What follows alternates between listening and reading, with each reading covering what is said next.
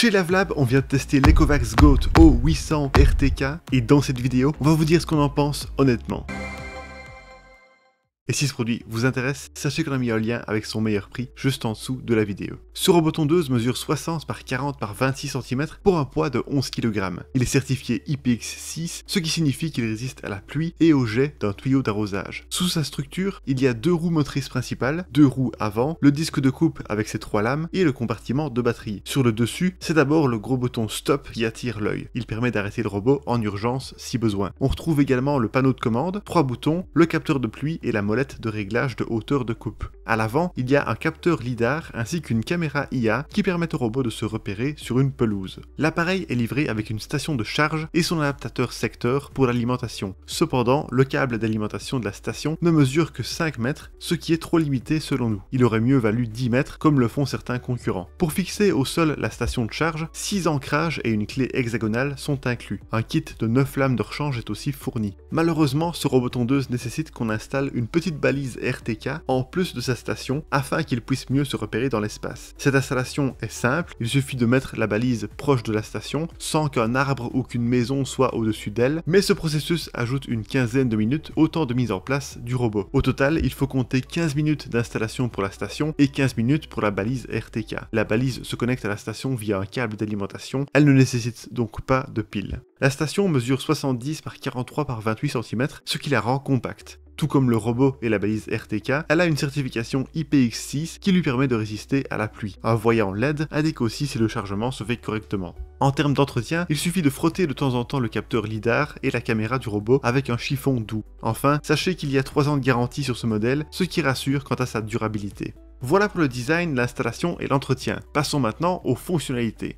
Lors du premier allumage du robot, il faut l'appairer à l'application Ecovacs Home. Ce processus s'est fait facilement de notre côté, mais il faut que le Wi-Fi soit bien capté jusqu'à la station. Ensuite, pour réaliser la cartographie, il faut piloter manuellement le robot le long de votre pelouse. C'est nettement plus pratique que d'installer un câble périmétrique, mais ça peut quand même prendre quelques minutes si vous avez une grande surface à couvrir. Durant le pilotage, le robot est connecté à votre smartphone par Bluetooth et il enregistre dans sa mémoire sa position GPS. En fait, il n'a pas besoin d'être constamment connecté au Wi-Fi pour fonctionner. Le Wi-Fi est seulement nécessaire pour suivre sa position en temps réel dans l'application. Sachez que vous ne devez pas faire le tour d'absolument tout votre jardin du premier coup lors de la cartographie. Lorsque la première cartographie est terminée, vous pouvez éditer la carte créée en définissant des zones interdites, des chemins et en fusionnant ou divisant des zones. Le robot peut ensuite être réglé selon 4 modes de tonte. Tonte automatique pour tondre toute la pelouse, zone spécifique si vous avez enregistré plusieurs zones, bordure et manuellement. Vous pouvez planifier la tonte pour certains jours et certaines heures et définir si vous voulez que le robot tonde toute la zone ou uniquement une certaine zone. Malheureusement, ce modèle n'est pas capable d'enregistrer plus d'un jardin en mémoire à la fois. Si vous avez un jardin à l'avant et un à l'arrière de votre maison, sans accès de l'un à l'autre, ce robot n'est donc pas optimal. Dans l'application, nous avons pu régler nos préférences de tonte. La vitesse est ajustable sur deux niveaux, délicate et efficace. Et on peut choisir le sens de la tonte, par exemple d'est en ouest. La hauteur de tonte est quant à elle réglable entre 3 et 8 cm par incrément de 0,5 cm via une molette présente sur le robot. La reconnaissance d'obstacles peut être réglée en fonction de leur hauteur. 3 options sont disponibles, 10 cm, soit la plus sensible, 15 cm, ce qui est réglé par défaut, ou 20 cm pour la détection la moins sensible. Pendant la tonte, il est possible de suivre le robot en direct sur l'application s'il est connecté au Wi-Fi. S'il y a des zones du jardin dans lesquelles le robot ne capte pas le Wi-Fi, il arrive quand même à naviguer, mais on ne peut temporairement pas le suivre en direct dans l'appli.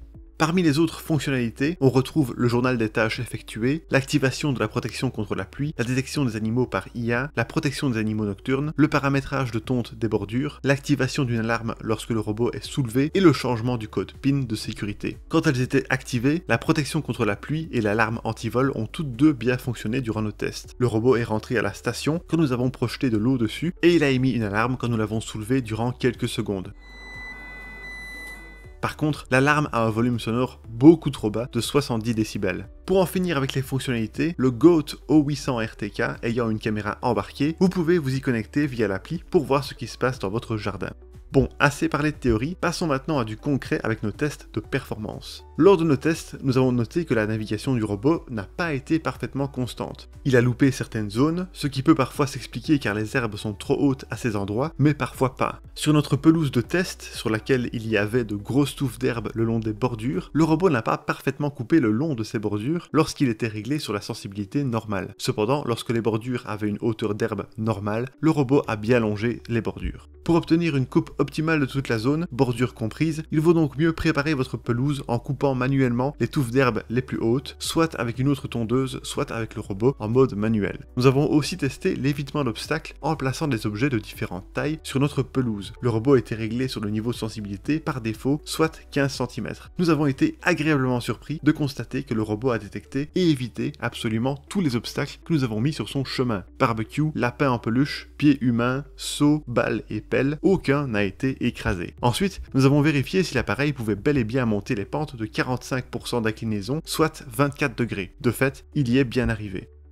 Dans notre configuration de terrain, nous avons deux zones de tonte. Une première principale, bien plane et toute simple, et une seconde plus complexe, dans laquelle nous avons différents bacs potagers. Lors de notre test de ce robot tondeuse, nous avons d'abord créé la première zone de tonte, et lorsque nous avons voulu ajouter la seconde zone sur la carte, seule une partie de cette seconde zone était gérable par le robot, celle au fond des bacs potagers. En fait, les allées entre nos bacs sont trop étroites pour que le robot veuille bien y passer, car il a besoin que les allées fassent 70 cm d'épaisseur minimum. C'est un problème que nous avons eu avec tous les autres modèles que nous avons testé jusqu'ici. Nous avons réussi à créer la seconde zone au fond du jardin, là où il y a environ 3 mètres carrés d'herbe. Lorsque nous l'avons fait, l'appli a automatiquement créé un chemin entre les deux zones. Cependant, le robot n'est pas arrivé à emprunter ce chemin par lui-même pour passer d'une zone à l'autre. Il est resté bloqué entre deux bacs potagers, semblant vouloir s'enfoncer dans une allée plutôt que rester sur l'allée principale. Nous avons réessayé par la suite de créer un chemin manuellement, en restant bien au centre de l'allée principale, mais même ainsi, le robot s'est à nouveau coincé. Nous pensons que c'est dû au fait que les allées sont assez étroites, ce qui complexifie la navigation. Peut-être que de futures mises à jour pourraient corriger ce problème. Quant aux zones entre nos bacs potagers, nous avons pu les tondre en activant le mode manuel du robot. Ce n'est pas aussi pratique que s'il pouvait y aller automatiquement, mais c'est mieux que rien. Le mode manuel est d'ailleurs assez réactif, le robot avance et recule rapidement, mais il est lent lorsqu'il s'agit de tourner. Concernant les performances de coupe, la première tonte a été un peu laborieuse, mais il est vrai que notre herbe faisait plus que les 10 cm maximum recommandés. Cette coupe, de plus de 10 cm de hauteur à 8 cm, nécessite donc plus d'un passage pour être bien homogène. Notre second test de coupe, coupant la hauteur de l'herbe de 8 à 3 cm, n'a pas été parfait non plus après un passage. Il faut prévoir au moins 2 parcours du robot pour obtenir une tonte bien uniforme. Néanmoins, nous avons globalement été satisfaits, surtout compte tenu du faible prix de ce modèle.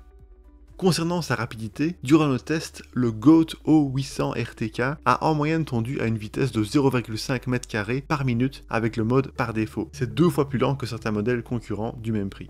Pour finir avec les performances, notez que ce modèle est assez discret quand il se déplace, mais que le moteur de ses roues fait quand même un peu de bruit. Notre sonomètre a détecté 60 décibels à 1 mètre du robot. Enfin, terminons ce test en évaluant l'autonomie. Le GOAT O800 RTK a une batterie de 4000 mAh, ce qui lui permet de couvrir jusqu'à 800 m² confortablement selon la marque. Il peut fonctionner jusqu'à 65 minutes d'affilée avant de devoir retourner à sa station pour recharger. Si nécessaire, il peut reprendre sa tâche où il l'avait arrêtée lorsqu'il est de nouveau chargé. Le temps de charge complet est de 100 minutes. Au regard de son prix compétitif, cette autonomie est très correcte et elle suffit effectivement à couvrir une surface d'environ 800 m² selon nous.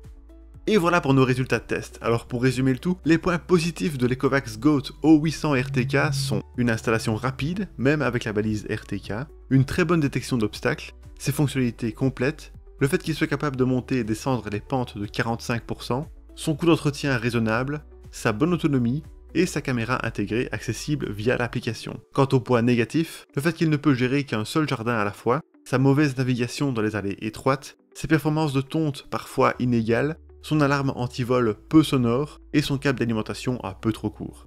Et voilà qui termine notre test, merci beaucoup de l'avoir regardé. Pour rappel, vous trouverez le lien de ce produit avec son meilleur prix juste en dessous de la vidéo. Et si vous aimez les tests honnêtes comme celui-ci, n'hésitez pas à vous abonner à notre chaîne.